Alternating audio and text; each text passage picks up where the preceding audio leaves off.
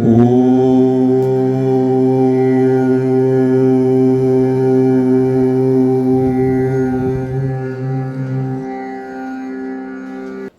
പ്രിയപ്പെട്ട എല്ലാ പ്രേക്ഷകർക്കും ശ്രീഭദ്ര ജ്യോതിഷം ചാനലിലേക്ക് ഒരിക്കൽ കൂടി സ്വാഗതം.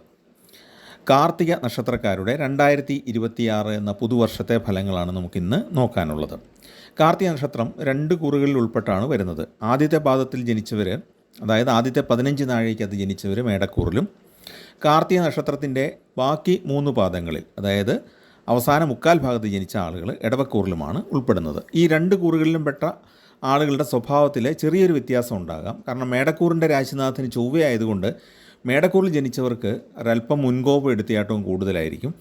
ഇടവക്കൂറുകാർക്ക് കുറച്ചുകൂടെ ശാന്ത പ്രകൃതിയായിരിക്കും. അതുപോലെ ഇടവക്കൂറുകാർക്ക് സൗന്ദര്യപ്രധാനമായ കാര്യങ്ങളിൽ കുറച്ചുകൂടെ പ്രാധാന്യം കൊടുക്കുന്ന ഒരു രീതിയാണ് അവരുടെ ജീവിത രീതിയിലുള്ളത്. അപ്പോൾ അങ്ങനെ നോക്കുമ്പോൾ ഇവരുടെ പൊതുവെയുള്ള ജീവിത രീതി നോക്കുമ്പോഴത്തേക്കും പ്രസന്നമായ മുഖഭാവവും വിനീതമായ പെരുമാറ്റമൊക്കെയാണ് കാർത്തിക നക്ഷത്രക്കാർക്ക് ഉള്ളത്. ഓരോ കാര്യം ചെയ്യുമ്പോഴും അതിൻ്റെ വരുംവരാഴികളൊക്കെ ആലോചിച്ചിട്ടാണ് അവർ കൂടുതലായിട്ടും ചെയ്യാറുള്ളത്. എതിർപ്പുകളൊക്കെ വന്നാലും അതിനെ സമന്വയിപ്പിച്ച് അവരുടെ അഭിപ്രായത്തിലേക്ക് കൊണ്ടുവന്ന് മറ്റുള്ളവരെ കൂടെ അനുകൂലമാക്കി എടുക്കാൻ അവർക്ക് പ്രത്യേക കഴിവുണ്ട്. അതുപോലെ എല്ലാം നഷ്ടപ്പെട്ടു പോയാലും ആദ്യം മുതൽ തന്നെ പ്രവർത്തിച്ച് തിരിച്ചു പിടിക്കാനുള്ള ഒരു ആർജവും ഇവരിൽ ഉണ്ട്. കൂടുതൽ കാർത്തിക നക്ഷത്രക്കാരും സ്വന്തം പ്രയത്നം കൊണ്ടാണ് നേട്ടങ്ങൾ ജീവിതത്തിൽ ഉണ്ടാക്കുന്നത്. പിന്നെ വേറൊരു പ്രശ്നമുള്ളത് മേടക്കൂറുകാരുടെ ക്ഷോഭമാണ്. അവരുടെ ഈ എടുത്തിയാട്ടവും മുൻകോപവും കാരണം എന്തെങ്കിലുമൊക്കെ ശോഭിക്കുമ്പോഴത്തേക്കും വീണ്ടു വിചാരമില്ലാതെ പല കാര്യങ്ങളും വിളിച്ചു പറയും. അങ്ങനെ വീണ്ടു വിചാരമില്ലാതെ തീരുമാനങ്ങളെടുക്കും. അതുപോലെ ആ തീരുമാനങ്ങൾ പിന്നീട് മാറ്റേണ്ടതായിട്ടും വരും. ഇങ്ങനെയുള്ള പ്രയാസങ്ങൾ അവർക്ക് കൂടുതലായിട്ടുണ്ടാകും. ഇടവൻ രാശിയുടെ അധിപതി ശുക്രനായതുകൊണ്ട് ഇടവക്കൂറുകാർക്ക് കുറച്ചുകൂടെ ശാന്തപ്രകൃതിയായിരിക്കും. പറഞ്ഞല്ലോ, അവർക്ക് അലങ്കാരങ്ങളിലും ആഭരണങ്ങളിലും വേഷവിധാനത്തിലുമൊക്കെയാണ് കൂടുതൽ താല്പര്യമുള്ളത്. കുറച്ചുകൂടെ ശാന്തമായ സ്വഭാവമാണ്. പിന്നെ കാർത്തിക നക്ഷത്രക്കാരെ സാധാരണയായിട്ട് ദന്തരോഗങ്ങൾ, ശിരസിനെ ബാധിക്കുന്ന രോഗങ്ങൾ, കണ്ണിനെ ബാധിക്കുന്ന രോഗങ്ങളൊക്കെ ബാധിക്കാൻ സാധ്യതയുള്ള ആൾക്കാരാണ്. കാർത്തിക നക്ഷത്രക്കാർക്ക് ആദർശ ധീരത കൂടുതലായിരിക്കും. എന്ന് പറഞ്ഞാൽ ഒരു ആദർശം മുറുകെ പിടിച്ച് അതിങ്ങനെ പ്രസംഗിച്ചുകൊണ്ട് ഇരിക്കും. പക്ഷേ അതുപോലെ തന്നെ ഈഗോ കൂടുതലാണ്. അതുകൊണ്ട് തന്നെ അവരുടെ ജീവിതത്തിൽ ഇതിൽ കണ്ടമാനം സ്റ്റിക്ക് ഓൺ ചെയ്യുന്നവർക്ക്, ഈഗോ കണ്ടമാനം മുറുകെ പിടിക്കുന്നവർക്ക് ചില പരാജയങ്ങളൊക്കെ ഉണ്ടായേക്കാം, കുറേ പരിവർത്തനങ്ങൾ ഉണ്ടായേക്കാം. പിന്നെ അവരുടെ വേറൊരു പ്രത്യേകത എന്താണ്? സ്വന്തം വിജയങ്ങളെ ഇങ്ങനെ പുകഴ്ത്തി പാടിക്കൊണ്ടിരിക്കും. അത് മറ്റുള്ളവർക്ക് ഇഷ്ടപ്പെടണമെന്നില്ല, അസൂയയും ഉണ്ടായേക്കാം. മറ്റുള്ളവരിലൂടെ ലഭിക്കുന്ന പ്രശസ്തിയും മറ്റും കാർത്തിക നക്ഷത്രക്കാർക്ക് അത് പോരാ എന്നുള്ളൊരു രീതിയായിരിക്കും ഉള്ളത്. അവർക്ക് വീണ്ടും വീണ്ടും മറ്റുള്ളവർ തങ്ങളെപ്പറ്റി പുകഴ്ത്തിപ്പാടുന്നതാണ് ഏറ്റവും ഇഷ്ടം. ഇങ്ങനെയുള്ള ചില പ്രത്യേകതകൾ അവർക്ക് ഉണ്ട്. മറ്റൊരു പ്രശ്നമുള്ളത് എന്താണെന്ന് വെച്ചാൽ, കാർത്തിക നക്ഷത്രക്കാർ നല്ല പരിശ്രമശാലികളാണ് എങ്കിൽ പോലും ഈ കഷ്ടപ്പാടിനനുസരിച്ചുള്ള ഒരു പ്രതിഫലം അല്ലെങ്കിൽ അതിനുള്ളൊരു നേട്ടം അവർക്ക് പലപ്പോഴും കിട്ടാറില്ല. മറ്റുള്ളവർക്ക് സഹായങ്ങളൊക്കെ ചെയ്യുന്നവരാണ്. അതുപോലെ അധികാര ശ്രേണികളിലൊക്കെ പ്രവേശിച്ചു കഴിഞ്ഞാൽ നന്നായിട്ട് ശോഭിക്കാൻ കഴിയുന്ന ആൾക്കാരാണ്. പിന്നെ ഒരു ക്ഷമാപൂർവ്വം ആൾക്കാരോട് പെരുമാറാനുള്ള കഴിവുണ്ട്. സാഹചര്യങ്ങളൊക്കെ മനസ്സിലാക്കി സഹായിക്കേണ്ടവരെ സഹായിക്കാനും ശിക്ഷിക്കേണ്ടവരെ ശിക്ഷിക്കാനും ഒക്കെയുള്ള ഒരു ഭരണപാഠവും അവർക്ക് ഉണ്ട്. വിശാലഹൃദയവും ഭർതൃഭക്തിയും വീട്ടുകാര്യങ്ങളിൽ നല്ല കർമ്മകുശലതയുമുള്ള ആൾക്കാരാണ് കാർത്തിക നക്ഷത്രക്കാരായ സ്ത്രീകൾ. പക്ഷേ ഇവർക്ക് ആരോഗ്യക്കുറവ് പലപ്പോഴും കാണാറുണ്ട്. പിന്നെ ഭർത്താവുമായിട്ട് വേർപിരിഞ്ഞ്, എന്ന് പറഞ്ഞാൽ പിണങ്ങിപ്പിരിഞ്ഞെന്നുള്ളതല്ല, 2 സ്ഥലത്ത് താമസിക്കേണ്ട അവസ്ഥ പലപ്പോഴും സൃഷ്ടിക്കപ്പെട്ടേക്കാം. വ്യക്തിപരമായ കാരണങ്ങൾ കൊണ്ടോ കുടുംബപരമായ കാരണങ്ങൾ കൊണ്ടോ ജോലിയുടെ പ്രശ്നങ്ങൾ കൊണ്ടോ 2 മാറി താമസിക്കേണ്ടി വന്നേക്കാം. പിതാവിനെ കൊണ്ടായിരിക്കും ആനുകൂല്യങ്ങൾ കൂടുതൽ ഉണ്ടാവുക. മാതാവിൻ്റെ ഭാഗത്തു നിന്നുള്ള സ്വത്തും അനുഗ്രഹങ്ങളൊക്കെ അവർക്ക് കിട്ടും. പക്ഷേ പിതാവിനെ പറ്റിയാണ് അവർക്ക് എപ്പോഴും ഒരു അഭിമാനം ഉണ്ടായിരിക്കുന്നത് കൂടുതലും. പിന്നെ മാറിയ പരിസ്ഥിതികളുമായിട്ട് ഇണങ്ങിച്ചേരാനുള്ളൊരു കഴിവും കാർത്തിക നക്ഷത്രക്കാർക്ക് ഉണ്ട്. അപ്പോൾ അതാണ് അവരുടെ ഒരു പ്രത്യേകത. 2026 ഗ്രഹമാറ്റങ്ങൾ നോക്കുമ്പോൾ 2025 ഡിസംബർ 5 വ്യാഴം വക്രഗതിയിൽ മിഥുനത്തിലേക്ക് പ്രവേശിക്കുന്നു. അങ്ങനെ മേടക്കൂറുകാർക്ക് വ്യാഴം 3-ാം ഭാവത്തിലേക്ക് വരുന്നു. വർഷാരംഭത്തിൽ വ്യാഴം 3-ാം ഭാവത്തിലാണ് മേടക്കൂറിൽപ്പെടുന്ന കാർത്തിക ആദ്യ പാദക്കാർക്ക്. എന്നാൽ അതേ സമയത്ത് ഇടവക്കൂറുകാരെ സംബന്ധിച്ച് വ്യാഴം ധനഭാവമായ 2-ലേക്കാണ് വരുന്നത്. വർഷമധ്യം വരെ ഈ അവസ്ഥ തുടരുന്നതുകൊണ്ട് മേടക്കൂറുകാർക്ക് നേട്ടം കുറഞ്ഞും ഇടവക്കൂറുകാർക്ക് ധനപരമായ നേട്ടം വർദ്ധിച്ചുമായിരിക്കും ഇരിക്കുന്നത്. വക്രം കഴിഞ്ഞ് നേർഗതി പ്രാപിച്ച ശനി മേടക്കൂറുകാരുടെ 12ാം ഭാവമായ മീനത്തിൽ വർഷം മുഴുവൻ തുടരുമ്പോൾ ഇടവക്കൂറുകാരെ സംബന്ധിച്ചിടത്തോളം വർഷം മുഴുവൻ ശനി അനുകൂല ഭാവമായ 11ലാണ്. ഇതിനിടയ്ക്ക് ശനിക്കൊരു വക്രഗതി വരുന്നുണ്ട്. എങ്കിൽ പോലും 11ാം ഭാവത്തിൽ ശനിയുള്ളതുകൊണ്ട് ഇടവക്കൂറുകാർക്ക് കൃഷിയിൽ നിന്ന് ലാഭം, മറ്റു പല രീതിയിലുള്ള ധനലാഭമൊക്കെ ലഭിക്കാനുള്ള യോഗവും ഉണ്ട്. രാഹു വർഷത്തിൻ്റെ ആരംഭത്തിൽ കുംഭരാശിയിലും കേതു ചിങ്ങത്തിലുമാണ്. ഡിസംബർ 5-ന് രാഹു മകരത്തിലേക്കും കേതു കർക്കടകത്തിലേക്കും മാറും. 2026 ഡിസംബർ 5-ന്. അപ്പോൾ നമ്മൾ വർഷഫലം നോക്കുമ്പോൾ മേടക്കൂറുകാരേക്കാൾ ഇടവക്കൂറുകാരായ കാർത്തികക്കാർക്കാണ് ധാരാളം നേട്ടങ്ങൾ വന്നെത്താൻ സാധ്യതയുള്ളത്. കാര്യനിർവഹണം കൂടുതൽ ഗുണകരമായിട്ട് വരും. ജോലിയിൽ നേട്ടങ്ങളുണ്ടാകും. പുതിയ കാര്യങ്ങൾ പലതും തുടങ്ങാനായിട്ട് സാധിക്കും. സഹോദരങ്ങളിൽ നിന്നും സുഹൃത്തുക്കളിൽ നിന്നുമൊക്കെ പിന്തുണയും സഹായ സഹകരണങ്ങളുമൊക്കെ ഉണ്ടാകും. സാമ്പത്തിക ലാഭവും ഉണ്ടാകും. എന്ന് പറഞ്ഞാൽ സാമ്പത്തികമായ ഹെൽപ്പും അവരിൽ നിന്ന് ലഭിക്കും. അധികാരികളുടെ പിന്തുണ പ്രതീക്ഷിക്കാവുന്ന ഒരു കാലഘട്ടമാണ്. പുതിയ വീട് നിർമ്മിക്കാൻ യോഗമുണ്ട്. വാഹനം വാങ്ങാനും യോഗമുണ്ട്. അവിവാഹിതരെ സംബന്ധിച്ച് വിവാഹമൊക്കെ നടക്കാൻ സാധ്യതയുള്ള ഒരു വർഷമാണ്. അതുപോലെ പണത്തിന് തടസ്സമുണ്ടാവില്ല എന്നുള്ളൊരു പ്രത്യേകതയുണ്ട്. 2 തരത്തിലാണ്. മേടക്കൂറുകാരെ സംബന്ധിച്ചിടത്തോളം രാഹു 11-നുള്ളത് കൊണ്ട് പെട്ടെന്നുള്ള ചില ധനാഗമ മാർഗ്ഗങ്ങൾ തെളിഞ്ഞു വരും. പെട്ടെന്നുള്ള കാര്യങ്ങളൊക്കെ സാധിച്ചു പോകും. പക്ഷേ ആ രാഹു നൽകുന്ന ധനം നമുക്ക് സൂക്ഷിച്ചു വെക്കാനോ ഡെപ്പോസിറ്റ് ചെയ്യാനൊന്നും മിക്കപ്പോഴും സാധിക്കാറില്ല. കാരണം അത് എന്തെങ്കിലും ഒരു ആവശ്യം വന്ന് ചിലവഴിച്ചു പോകും. ഇടവക്കൂറുകാരെ സംബന്ധിച്ചിടത്തോളം 11-ലെ ശനി തരുന്ന ധനം എന്ന് പറയുന്നത് കുറച്ചുകൂടെ ഗുണകരമാണ്. 11-ൽ ശനിയും 2-ൽ വ്യാഴവും വരുന്നതുകൊണ്ട് വർഷമധ്യമാകുമ്പോഴത്തേക്ക് അവർക്ക് നല്ലൊരു രീതിയിലുള്ള ധനം വർദ്ധിപ്പിക്കാനായിട്ട് സാധിക്കും. അത് കഴിഞ്ഞിട്ട് വ്യാഴം മാറുന്നുണ്ടെങ്കിലും അത് ഉച്ചരാശിയിലേക്കായതുകൊണ്ട് ആ സമയത്തും ഗുണകരമായിട്ടാണ് വരുന്നത്. അതുകൊണ്ട് 3-ലാണ് വ്യാഴം വരുന്നതെങ്കിലും ഇടവക്കൂറുകാർക്ക് വലിയ പ്രയാസം പിന്നീട് ഉണ്ടാവുകയില്ല. രാഷ്ട്രീയത്തിലെ വിരോധികളുടെ എണ്ണം കൂടുന്നതാണ്. മേടക്കൂറുകാർക്ക് പ്രത്യേകിച്ചും ഈ ബുദ്ധിമുട്ട് ഉണ്ടായേക്കും. വീട്ടിലെ സ്വത്ത് തർക്കങ്ങൾ, അതായത് കുടുംബ സംബന്ധമായ സ്വത്ത് തർക്കങ്ങൾ മനസ്സിൻ്റെ സ്വാസ്ഥ്യം കെടുത്താനുള്ള സാധ്യതയുണ്ട്. പിന്നെ അമിതമായിട്ട് അധ്വാനിച്ചാൽ പോലും കിട്ടുന്ന പണം നമുക്ക് വേണ്ടത്ര ഇല്ല എന്ന് പറഞ്ഞാൽ നമ്മുടെ അധ്വാനത്തിന് തക്ക പ്രതിഫലമില്ല എന്നുള്ളൊരു മനോവിഷമവും തോന്നിയേക്കാം. ജോലിയിൽ ഒരു അംഗീകാരമൊക്കെ കുറയുന്ന ഒരവസ്ഥ തോന്നിയേക്കാം. വലിയ രീതിയിലല്ല, എങ്കിലും നമുക്ക് പ്രയത്നത്തിന് തക്ക പ്രതിഫലം കിട്ടിയില്ലെങ്കിലൊരു സങ്കടം ഉണ്ടാകുമല്ലോ. ആരോഗ്യ പരിപാലനം കൂടുതലായിട്ട് ശ്രദ്ധിക്കേണ്ടതാണ്. സാഹസങ്ങൾക്കൊന്നും ഇറങ്ങാതിരിക്കുന്നതാണ് മേടക്കൂറുകാർക്ക് കൂടുതൽ നല്ലത്. കാരണം ഈ 7.5 ശനി തുടരുന്നത് കൊണ്ട് അവർക്ക് പല രീതിയിലുള്ള പ്രയാസങ്ങൾ ഉണ്ടാകാൻ സാധ്യതയുണ്ട്. അതുകൊണ്ട് സാഹസങ്ങൾക്ക്, മലകയറ്റം, അതുപോലെ ഈ അഡ്വഞ്ചർ ഗെയിംസൊക്കെ കളിക്കുക, അതിനൊന്നും അനുയോജ്യമായൊരു സാഹചര്യമല്ല ഇപ്പോഴ് ഉള്ളത്. ദാമ്പത്യ ബന്ധത്തിലെ വിട്ടുവീഴ്ചയോടെ മുന്നോട്ട് പോവുകയാണെങ്കിൽ കുടുംബജീവിതം സ്വസ്ഥമായിരിക്കും. ജോലിയിൽ സ്ഥാനക്കയറ്റം ലഭിക്കാൻ യോഗമുണ്ട്. ശമ്പള വർധനവും ലഭിച്ചേക്കാം. പിന്നെ അറിവിനും കഴിവിനും പ്രാപ്തിക്കും ഒത്ത ഒരു അംഗീകാരം കിട്ടാത്തത് വിഷമം ഉണ്ടാക്കിയേക്കാം. നേരത്തെ പറഞ്ഞല്ലത്. പിന്നെ ചില ആരോഗ്യ പ്രശ്നങ്ങൾ അലട്ടിയേക്കാം. ശിരസിനെ ബാധിക്കുന്ന ചില രോഗങ്ങൾ, നാഡികളെ ബാധിക്കുന്ന രോഗങ്ങളൊക്കെ ഈ സമയത്ത് ബാധിച്ചേക്കാം. സന്ധിവേദനയും ഉണ്ടായേക്കാം. സന്ധിയിൽ നീർക്കെട്ടുമൊക്കെ ഉണ്ടാകാനും സാധ്യതയുണ്ട്. ഉദ്യോഗസ്ഥരെ സംബന്ധിച്ച് ദൂരത്തേക്ക് സ്ഥലം മാറ്റം ഉണ്ടാകാൻ സാധ്യതയുണ്ട്. കൃഷിക്കാരെ സംബന്ധിച്ച് കാലാവസ്ഥാ മാറ്റമോ പ്രകൃതിക്ഷോഭമോ മൂലം കുറച്ച് കൃഷി നാശം ഉണ്ടാകാൻ സാധ്യതയുള്ളൊരു വർഷവുമാണ് 2026. സുഹൃത്തുക്കളുമൊക്കെ ആയിട്ട് നല്ല ബന്ധം പുലർത്താനും സുഹൃത്തുക്കളെ സഹായിക്കാനുമൊക്കെ ഈ വർഷം യോഗമുണ്ട്. പഴയ സുഹൃത്തുക്കളെ കണ്ടുമുട്ടാനും സാധിച്ചേക്കും. പിന്നെ ജോലിയിലൊക്കെയുള്ള സർക്കാർ മേഖലകളിലൊക്കെ പ്രവർത്തിക്കുന്നവർക്ക് പ്രത്യേകിച്ചും സർക്കാരിലേക്കുള്ള പദ്ധതി സമർപ്പണമൊക്കെ കൃത്യമായിട്ട് ചെയ്യാൻ സാധിക്കും. അത് നല്ല രീതിയിൽ ചെയ്യാൻ സാധിക്കും. കുറച്ച് തടസ്സമൊക്കെ ഉണ്ടാകും എങ്കിൽ പോലും നമുക്ക് ആ പദ്ധതി നല്ല രീതിയിൽ നടപ്പാക്കാനും അതിലൂടെ ഉദ്യോഗ കയറ്റത്തിനും സാധ്യതയുണ്ട്.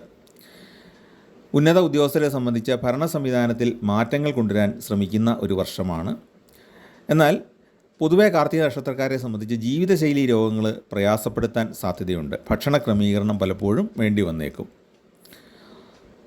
മറ്റൊരു കാര്യം അവർ ശ്രദ്ധിക്കേണ്ടത്, സ്വന്തം കാര്യങ്ങൾ മാറ്റിവെച്ചിട്ട് അന്യരെ സഹായിക്കാൻ പോകുന്നത് കൊണ്ട് പലപ്പോഴും നഷ്ടവും മാനസിക പീഡനവും ഉണ്ടായേക്കാം. കാരണം ഇന്നത്തെ ലോകത്തിൻ്റെ ഒരു പ്രത്യേകതയായിരിക്കാം, നമ്മൾ ഉപകാരം ചെയ്തു കൊടുത്താലും ആ ഉപകാരം സ്വീകരിക്കുന്ന ആൾ നന്ദി കാണിക്കണമെന്നില്ല. അത് വലിയ പ്രയാസം ഉണ്ടാക്കുന്ന ഒരു കാര്യമാണ്. ഈ ഒരു സമയത്ത് അങ്ങനെയുള്ള ചില അനുഭവങ്ങൾ കാർത്തികക്കാർക്ക് ഉണ്ടായേക്കാം. രാഷ്ട്രീയമായ എതിർപ്പുകളുണ്ടാകാം. നമുക്ക് വേണ്ടപ്പെട്ട നമ്മുടെ ബന്ധുക്കൾക്കോ സുഹൃത്തുക്കൾക്കോ ഒക്കെ ജീവിതത്തിൽ ഉയർച്ചയുണ്ടാകും. അതിൽ നമുക്ക് സന്തോഷിക്കാം. ഇപ്പോൾ പുതിയ ജോലിക്ക് ശ്രമിക്കുന്നത് അത്ര ഗുണകരമല്ല, പ്രത്യേകിച്ച് മേടക്കൂറുകാർക്ക് ഏഴര ശനി ആയതുകൊണ്ട് പുതിയ ജോലിയിലേക്ക് പോയാലും നമ്മൾ ഉദ്ദേശിക്കുന്ന രീതിയിലുള്ള ഒരു മെച്ചം കിട്ടണമെന്നില്ല. ഇടവക്കൂറുകാരെ സംബന്ധിച്ചിടത്തോളം വ്യാഴവും ശനിയും അനുകൂലമായതുകൊണ്ട് പുതിയ ജോലിക്ക് വേണമെങ്കിൽ ശ്രമിക്കാം. എന്നാൽ അവരുടെ 10ാം ഭാവത്തിൽ രാഹു നിൽക്കുന്നത് കൊണ്ട് ഈ ജോലിയെപ്പറ്റി നന്നായിട്ട് മനസ്സിലാക്കിയിട്ട് മാത്രമേ നമ്മൾ ആ ജോലിയിലേക്ക് പോകാവുള്ളൂ. അതിൽ കൂടുതൽ മെച്ചപ്പെട്ട ആനുകൂല്യങ്ങൾ, ശമ്പളമൊക്കെ ഉണ്ടോ എന്ന് നോക്കിയിട്ട് പോയാൽ മതി. കാരണം കർമ്മഭാവത്തിലാണ് രാഹു നിൽക്കുന്നത്. പുണ്യ തീർത്ഥങ്ങളിൽ അല്ലെങ്കിൽ പുണ്യസ്ഥലങ്ങളിൽ പുണ്യാത്മാക്കളുടെ സമാധി സ്ഥലത്ത് ഒക്കെ പോകാനുള്ള സാധ്യതയുണ്ട്. അതുപോലെ ദേവാലയ ദർശനം നടത്താൻ സാധ്യതയുണ്ട്. പള്ളികളിലാണെങ്കിലും ക്ഷേത്രത്തിലാണെങ്കിലും ഒക്കെ ദർശനം നടത്താനുള്ള ഒരു യോഗം ഈ സമയത്ത് ഉണ്ടാകും. പുതിയ വ്യാപാര മേഖലകൾക്ക് തുടക്കം കുറിക്കും. അല്ലെങ്കിൽ വിപണന മേഖലകളിലും ഒരുപക്ഷെ പുതിയ സംരംഭങ്ങൾ ആരംഭിക്കാൻ സാധ്യതയുണ്ട്. മാർക്കറ്റിംഗ് സ്ട്രാറ്റജികൾ, നമ്മൾ വിപണന തന്ത്രങ്ങൾ മെനഞ്ഞുകൊണ്ട് ഏതെങ്കിലും വസ്തുക്കളുടെ ഏജൻസിയൊക്കെ എടുത്ത് വിൽക്കുന്നതിലൂടെ നല്ല ലാഭം ഉണ്ടാക്കാൻ സാധിക്കും. ഇടവക്കൂറുകാർക്ക് അത് കൂടുതൽ ഗുണകരവും ആയിരിക്കും. ദീർഘവീക്ഷണത്തോടു കൂടി ചെയ്യുന്ന കാര്യങ്ങളിലൊക്കെ വിജയമുണ്ടാകും എന്നുള്ളതാണ് സത്യം. പിന്നെ നേരത്തെ പറഞ്ഞ പോലെ സഹപാഠികളെ കണ്ടുമുട്ടുന്നതും ഗുരുക്കന്മാരെ കണ്ടുമുട്ടുന്നതുമൊക്കെ നമുക്ക് മനസ്സിന് വളരെ ആഹ്ലാദം നൽകും. പഴയ ആളുകളെയൊക്കെ കണ്ടുമുട്ടുമ്പോൾ വിദ്യാർത്ഥികളെ സംബന്ധിച്ച് പഠനത്തിൽ മെച്ചമുണ്ടാക്കാൻ സാധിക്കുന്ന വർഷമാണ്. പുതിയ വ്യാപാരമൊക്കെ തുടങ്ങുന്നവർ ഗണപതി ഭഗവാനും ഹനുമാൻ സ്വാമിക്കും ദേവിക്കും യഥാവിധി വഴിപാടുകൾ ചെയ്യുന്നത് ഏറ്റവും നല്ലതാണ്, തടസ്സങ്ങളൊക്കെ ഉണ്ടാകാതെ കാര്യങ്ങൾ മുന്നോട്ട് കൊണ്ടുപോകാൻ. പിന്നെ ഈ വർഷം ലഭിക്കാൻ പോകുന്ന മറ്റൊരു ഗുണമെന്ന് പറയുന്നത് നല്ല ജ്ഞാനവും ജീവിത വീക്ഷണവുമുള്ള ആളുകളുടെ സഹവർത്തിത്വം ഉണ്ടാകും. അതുകൊണ്ട് തന്നെ ജീവിതത്തിൽ ശുഭചിന്തകൾ വർദ്ധിക്കും. കുടുംബജീവിതമൊക്കെ കുറച്ചുകൂടെ സ്വസ്ഥമാക്കാനായിട്ട് ഇത്തരം ജീവിത മാറ്റങ്ങൾ ഉപകരിക്കുകയും ചെയ്യും. കുട്ടികൾക്കും നമ്മുടെ മക്കൾക്കും അതൊക്കെ പകർന്നു കൊടുക്കാനായിട്ട് സാധിക്കും. പുതിയ പല കാര്യങ്ങളും സമൂഹത്തിന് വേണ്ടി ചെയ്യാൻ ഈ വർഷം സാധിക്കും. ഇടവക്കൂറുകാരായ കാർത്തിക നക്ഷത്രക്കാർ പുതിയ ഗൃഹോപകരണങ്ങൾ, ആഡംബര വസ്തുക്കളൊക്കെ വാങ്ങിക്കാനുള്ള സാധ്യതയുമുണ്ട്. അതുപോലെ തന്നെ ഇടവക്കൂറുകാർക്ക് പദവിയും പ്രശസ്തിയുമൊക്കെ വളരെയേറെ വന്നു ചേരാൻ സാധ്യതയുണ്ട്. മേടക്കൂറുകാർക്ക് സ്ഥാന കയറ്റമൊക്കെ ഉണ്ടാകുമെങ്കിലും ഇടവക്കൂറുകാരുടെ അത്രയും തന്നെ ഉണ്ടാകണമെന്നില്ല. അപ്പോൾ ഇടവക്കൂറുകാർ ശ്രദ്ധിക്കേണ്ട എന്താണ്, അവർക്ക് സ്വതവേ ഒരു ഈഗോ ഉണ്ട് കാർത്തിക നക്ഷത്രക്കാർക്ക്, നേരത്തെ പറഞ്ഞല്ലോ. അപ്പോൾ ഈ ഈഗോ വർദ്ധിച്ച് അഹങ്കാരമാകാതിരിക്കാൻ വേണ്ടിയിട്ട് അവർ ദയവായിട്ടൊന്ന് ശ്രദ്ധിക്കണം. ഒരിക്കലും നമ്മൾ മറ്റുള്ളവരോട് അഹങ്കാരം കാണിക്കരുത്. കാരണം ഈ ഉയർച്ചയും താഴ്ചയൊക്കെ ഏത് നിമിഷവും മാറി മറിയാം. അതുകൊണ്ട് നല്ല രീതിയിൽ തന്നെ എല്ലാവരോടും പെരുമാറാനായിട്ട് ശ്രദ്ധിക്കുക. കൂടുതൽ വിസ്തൃതിയുള്ള വീട് വാങ്ങിയിട്ട് താമസിക്കാനൊക്കെ യോഗമുണ്ട്. കുടുംബത്തിൽ പൊതുവെ സ്വസ്ഥതയും സമാധാനവും നിലനിൽക്കുന്ന കാലവുമാണ്. ജോലിയിലുള്ളവർ മേലധികാരികൾക്ക് സംഭവിച്ച അബദ്ധങ്ങൾ പോലും കണ്ടുപിടിച്ച് അത് തിരുത്താനുള്ള ഒരു ആർജവം അവർ കാണിക്കുന്നതാണ്. സാമ്പത്തിക നേട്ടം പല വഴിക്ക് ഉണ്ടാക്കാനായിട്ട് സാധിക്കും. സാമ്പത്തിക ദുരുപയോഗം, അതുപോലെ തന്നെ മറ്റൊരാൾക്ക് കിട്ടേണ്ട ആനുകൂല്യങ്ങൾ തടസ്സപ്പെടുത്തുക, ഇത്തരം കാര്യം ഒന്നും ചെയ്യരുത്. ഇത്തരമൊക്കെ പ്രലോഭനങ്ങൾ നമുക്ക് വന്നു ചേർന്നേക്കാം. മേടക്കൂറുകാർക്കാണ് പ്രത്യേകിച്ചും പ്രലോഭനങ്ങൾ കൂടുതൽ വരാൻ സാധ്യതയുള്ളത്. അവരതിനെയൊക്കെ അതിജീവിക്കുക. നല്ല കാര്യങ്ങൾ മറ്റുള്ളവർക്ക് ചെയ്തു കൊടുക്കുക. മറ്റുള്ളവരുടെ ഗുണങ്ങളെ തടസ്സപ്പെടുത്താതിരിക്കുക. പിന്നെ ശാസ്ത്ര പരീക്ഷണ നിരീക്ഷണ രംഗത്ത് പ്രവർത്തിക്കുന്നവർക്ക് 2026 വളരെ അനുകൂലമാണ്. പുതിയ കണ്ടുപിടുത്തങ്ങൾ നടത്താൻ സാധിക്കും. കണ്ടുപിടുത്തങ്ങൾ പ്രസിദ്ധീകരിക്കാനും സാധിക്കും. സാമൂഹ്യ പ്രവർത്തകർക്ക് പല കാര്യങ്ങളിലും സമൂഹത്തിന് ഗുണകരമായ കാര്യങ്ങൾ പ്രസംഗിക്കാനും അത് ജീവിതത്തിൽ പ്രാവർത്തികമാക്കി മറ്റുള്ളവർക്ക് മാതൃകയാകാനും സാധിക്കുന്നതാണ്. പുതിയ സംരംഭങ്ങളൊക്കെ തുടങ്ങിക്കൊടുക്കാനും സാധിക്കും. സമൂഹത്തിലെ വളരെ താഴ്ന്നു നിൽക്കുന്ന ഡൗൺ റോഡനായിട്ടുള്ള സമൂഹത്തിൻ്റെ താഴ്ന്ന സാമ്പത്തിക നിലവാരത്തിലുള്ള ആൾക്കാർക്ക് വേണ്ടിയിട്ട് പുതിയ സംരംഭങ്ങൾ തുടങ്ങി അവരെ കൂടെ ഉയർത്തിക്കൊണ്ടുവരാനുള്ള പ്രവർത്തനങ്ങൾക്ക് തുടക്കം കുറിക്കും. പിന്നെ ശ്രദ്ധിക്കേണ്ട കാര്യം നോക്കുമ്പോൾ ശനി വക്രവും വ്യാഴമാറ്റവും അടുത്തടുത്തായിരിക്കും വരുന്നത്. ആ കാലത്ത് വാഹന ഉപയോഗത്തിൽ കൂടുതൽ ശ്രദ്ധ വേണം. വൈദ്യുതിയും അഗ്നിയും ഉപയോഗിക്കുമ്പോഴും ശ്രദ്ധ വേണം. മേടക്കൂറുകാരിത് പ്രത്യേകിച്ച് ശ്രദ്ധിക്കണം. കാരണം ഏഴര ശനിയും കൂടെയാണ്. ആ ശനിക്കാണ് വക്രം ഉണ്ടാകുന്നത്. ഉന്നത സ്ഥാനത്തുള്ളവർക്കായിട്ട് സുരക്ഷാ നടപടികൾ സുശക്തമാക്കാൻ സേനാ വിഭാഗങ്ങളിലൊക്കെ ജോലി ചെയ്യുന്നവർ നിർബന്ധിതരാകും. മതപരമായ സ്ഥാപനങ്ങളുടെ ഉപദേശക സമിതിയിൽ സ്ഥാനം കിട്ടാനുള്ള സാധ്യതയുണ്ട്. അതുപോലെ മഹത് വ്യക്തികളുമായിട്ട് സംസർഗം ലഭിക്കാനും സാധ്യതയുണ്ട്. ഇതൊക്കെ ജീവിതത്തിലെ പുതിയ കാഴ്ചപ്പാടുകൾ തുറന്നു തരുന്ന കാര്യമാണ്. വിദേശത്തുള്ളവർക്ക് മാതാപിതാക്കളെ കൂടെ താമസിപ്പിക്കാൻ അനുവാദം ലഭിക്കും. മക്കൾക്ക് വളരെ ഗുണകരമായ പല അവസ്ഥകളും ഉണ്ടാകും. മക്കളുടെ നേട്ടങ്ങളിൽ അഭിമാനിക്കാൻ സാധിക്കും. ഈ ഒരു സമയത്ത്, അതായത് വ്യാഴം മാറുന്ന സമയത്ത് വ്യാഴത്തിനും വിഷ്ണു ഭഗവാനും അർച്ചന ചെയ്യുന്നത് നല്ലതാണ്. അതുപോലെ ശനി ഭഗവാനും ശാസ്താവിനും വഴിപാടുകൾ ചെയ്യുന്നതും ഏറ്റവും ഉത്തമമാണ്. അതുപോലെ വർഷാന്തത്തിലുള്ള രാഹുകേതു മാറ്റത്തിൻ്റെ കാലത്ത്, അതായത് 2026 ഡിസംബറിലാണ് രാഹുവും കേതുവും രാശി മാറാൻ പോകുന്നത്. ആ ഒരു സമയത്ത് സർപ്പങ്ങൾക്ക് കൃത്യമായിട്ട് വഴിപാട് ചെയ്യാനായിട്ട് കാർത്തിക നക്ഷത്രക്കാർ ശ്രദ്ധിക്കണം. ജീവിതഗതിയെ മാറ്റിമറിക്കുന്ന പല സംഭവങ്ങളും 2026 ഉണ്ടാകുമെങ്കിലും ബുദ്ധിപൂർവമായ ഒരു സമീപനം സ്വീകരിക്കുന്നത് കൊണ്ട് പരാജയമൊന്നും കാര്യമായിട്ടുണ്ടാകാൻ സാധ്യതയില്ല. ചെറിയ ചെറിയ ദുർഘടങ്ങൾ, സാമ്പത്തിക പ്രതിസന്ധിയൊക്കെ ഇടയ്ക്കിടയ്ക്ക് വന്നു പോകാം. പിന്നെ സഹായം ചെയ്ത് കൊടുത്തവരിൽ ചിലരൊക്കെ തിരികെ സഹായിക്കും. അത് നമുക്കൊരു ആശ്വാസമായിരിക്കും ആ ഒരു സമയത്ത്. പിന്നെ ജീവകാരുണ്യ പ്രവർത്തനങ്ങളിലൊക്കെ സഹകരിക്കുന്നതിലൂടെ മനസ്സിനൊരു ശാന്തിയും പുണ്യകർമ്മങ്ങൾ ചെയ്യുന്നതിലൂടെ മനസ്സിന് സന്തോഷവും ഒക്കെ ഉണ്ടാകുന്ന ഒരു വർഷമാണ്. പൊതുവെ നോക്കുമ്പോൾ കാർത്തിക നക്ഷത്രക്കാർക്ക് 2026 വളരെ ഗുണകരം ആയിട്ടാണ് കൂടുതൽ കാലവും മുന്നോട്ട് പോകുന്നത്. അപ്പോൾ അടുത്ത വർഷം 2026 ചെയ്യേണ്ട വഴിപാടുകളെപ്പറ്റി നോക്കുമ്പം പ്രധാനമായിട്ടും ശാസ്താവിന് അർച്ചന ചെയ്യണം. ശനി സ്തോത്രം നിത്യവും ജപിക്കുന്നത് നല്ലതാണ്. നവഗ്രഹ ക്ഷേത്രത്തിൽ ശനിക്ക് എള്ളുതിരി തെളിയിക്കുന്നത് വളരെ ഉത്തമമാണ്. അന്നപൂർണേശ്വരി സങ്കല്പത്തിൽ ദേവിക്ക് വെളുത്ത പൂക്കൾ കൊണ്ട് അർച്ചന ചെയ്യുന്നത് വളരെ ഉത്തമമാണ്. സാമ്പത്തികമായൊരു സ്റ്റെബിലിറ്റി, ഒരു സ്ഥിരത കിട്ടാനായിട്ടത് ഉപകരിക്കും. മഹാദേവന് സഹസ്രനാമാർച്ചന ചെയ്യുന്നത് നല്ലതാണ്. കൂവളത്തില കൊണ്ട് അർച്ചന ചെയ്യാം. അതുപോലെ ധാര വഴിപാട് കൊടുത്താൽ, മനപ്രയാസമുള്ള സമയത്ത് ധാര വഴിപാട് കൊടുത്താൽ അത് മാറിപ്പോകാനും നല്ലതാണ്. വിഷ്ണു ഭഗവാന് നെയ്വിളക്ക് തെളിയിച്ച് വ്യാഴാഴ്ചകളിൽ പ്രാർത്ഥിക്കുക. എല്ലാ വ്യാഴാഴ്ചയും വേണമെന്നില്ല, നിങ്ങൾക്ക് കഴിയുന്ന വ്യാഴാഴ്ചകളിലൊക്കെ വിഷ്ണു ക്ഷേത്രത്തിൽ പോയി പ്രാർത്ഥിക്കുക. പിന്നെ ശ്രദ്ധിക്കേണ്ടത് കുജദശ, ബുധദശ, വ്യാഴദശ, ഈ ദശകളിൽ മുന്നോട്ട് പോകുന്ന ആളുകൾ വിധിപ്രകാരമുള്ള ദോഷപരിഹാര കർമ്മങ്ങൾ ചെയ്യേണ്ടതാണ്. ശിവഭജനവും ആദിത്യഭജനവും ചെയ്യുന്നത് ഈ സമയത്ത് വളരെ ഗുണകരമാണ്.